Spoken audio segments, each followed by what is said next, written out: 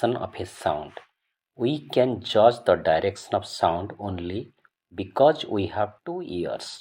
The sound waves reach the right and the left ear with a small time difference because the ears are at slightly different distances from the source of the sound.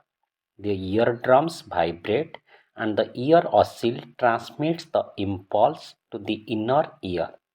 The inner ear sends it further to the brain, where the signals from both ears reach at marginally different times. The brain calculates the direction of the sound from the tiny difference in these times.